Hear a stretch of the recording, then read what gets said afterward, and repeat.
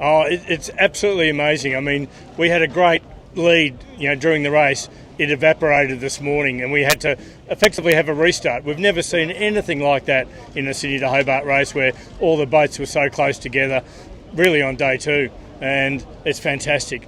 To win it twice makes it even more special. When you saw Law Connect and Scallywag, coming so close, and then they pushed in front, was there at any moment that you doubted what you guys could do?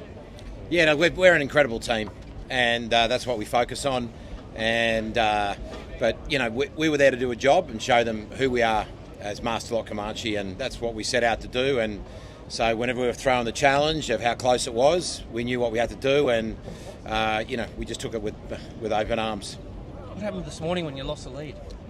Well, we just stuck to our game plan. We had a game plan, what we wanted to do. We wanted to really defend from inside the coast, closer to the coastline.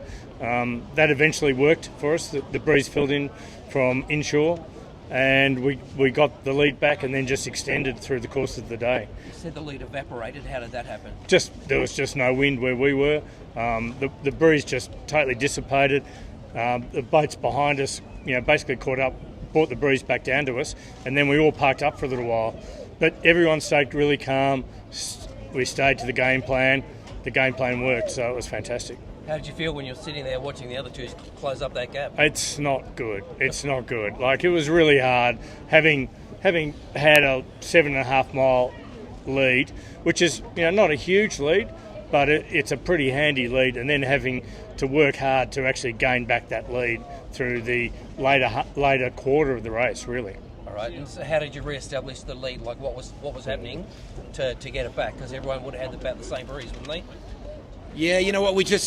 there was no wind, and we just had to look. We were all looking around, and we just saw some puffs of wind developing on the shore, and we were pretty close. We weren't about a mile out from the shore, and we just thought that we have to see how that's going to develop.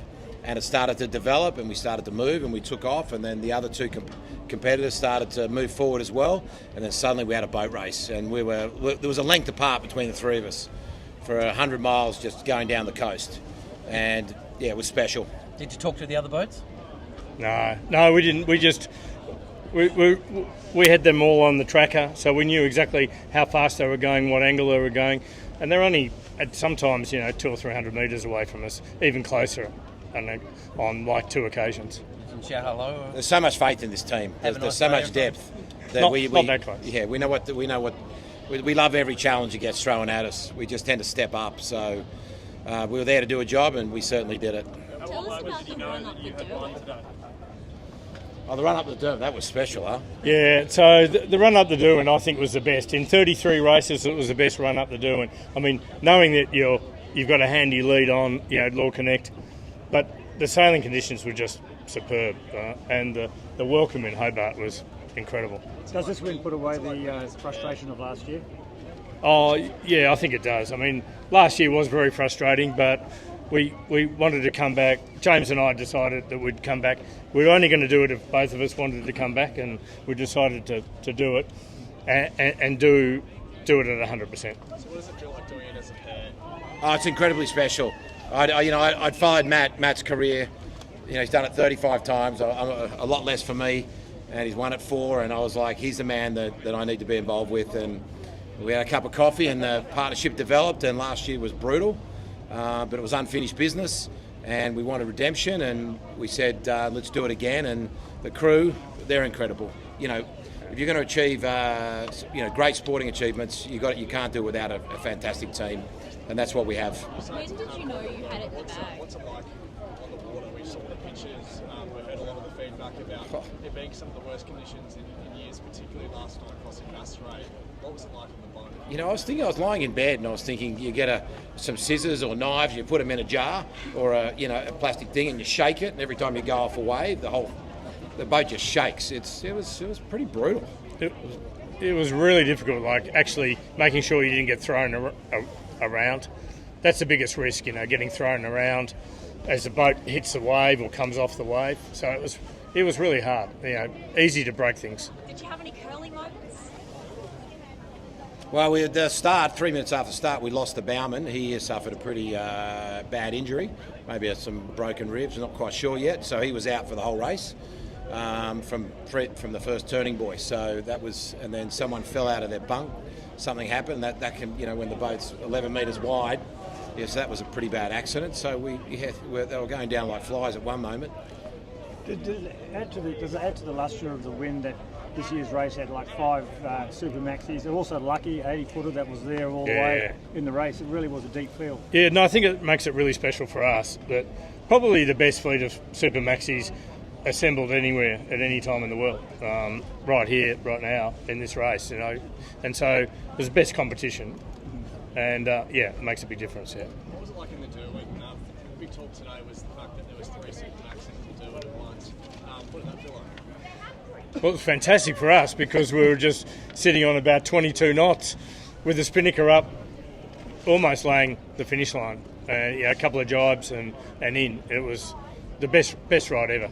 Best ride. So that you do things together. I know you've obviously just won one, but you're going to go again? Look, you never say never. We had a goal to achieve this goal, and we've certainly done that. And I think you never know what the future holds, but it's been an incredible partnership. Gentlemen, before the race started, Christian joked that he'd be up for a trade for your boat. Is that trade still on? No, he needs to repaint his boat first. No, look, in this race, the boats are pretty similar.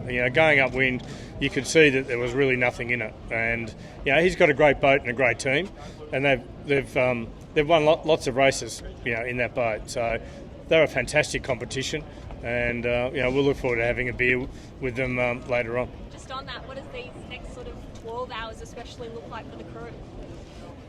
I think there might be 1 or 2 drinks involved, and I think we've got some pies coming, scallop and meat pie, so we probably need to eat before we drink and then keep going.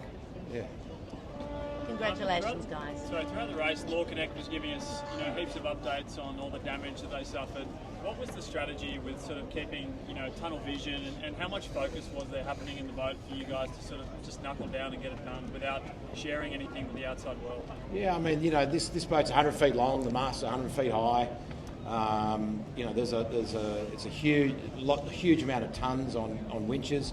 Every decision we make really is taking into consideration the safety of the boat, and that means changing sails at the right time, doing things at the right time, and if we don't look after her, she's not going to get us there. You can't win without a boat. So. Are you worried about Law Connect today? We saw when we woke up, there was some pretty significant damage to its main sail. Were you worried about, given the weather, potential major damage to your boat? Yeah, not so much today. The damage was really last night. If you're going to get damage or the night before. Once we got into this morning, things were pretty good. Doesn't mean you can't, when people are tired, make mistakes. But we were very, very on the ball. I mean, the crew were just fantastic. I've never sailed with such a group of people that are so determined all the way until we get over the finish line. We didn't relax for a minute, and we've got some of the best sailors in the world and fantastic team to go to sea with. Yeah, I sort of noticed that. They made a small error and we pounced, and then we crossed them by about a boat length. Then the next manoeuvre, and we just started looking backwards, and our job was then to start looking forwards and concentrate on where we want to go. But it was good. We could always see them in our rear vision mirror. Because it was so close, it didn't probably really feel like there was any room for error. There wasn't a moment in the race where we weren't looking at, Law Connect plus Scallywag, probably and Lucky, So it was really exciting, exhilarating the whole way because you're keeping track of the other boats. There was really no time to take a break. Does it feel like a 6:30 finish, 6:30 p.m. finish? A bit easier on the head? Yeah, it was fantastic. I mean, the welcome we got, over in the pier there was the best welcome I've ever seen. It was just fantastic. So. Yeah, Tasmania embraced us. It was fantastic. Thousands of people, and we got to say, give them a clap, and they did the same. So very special. One I'll never forget. And what individual factor did you actually put the win down to? Teamwork. Yeah, teamwork creates magic. Together everyone achieves more, and that's what we do as a team. And we can't stand here without that amazing group of individuals behind us that are world class in every level. So we're together, teamwork. And is that what keeps you coming back every year? Yeah, I think sailing a big, complicated yacht with fantastic people, and then having the ride and the wind today, obviously, but the ride up the Derwent, it's a pretty magical experience. So, how does it feel to clinch line honours on the 80th anniversary? Yeah, I think it started over, coming back for redemption.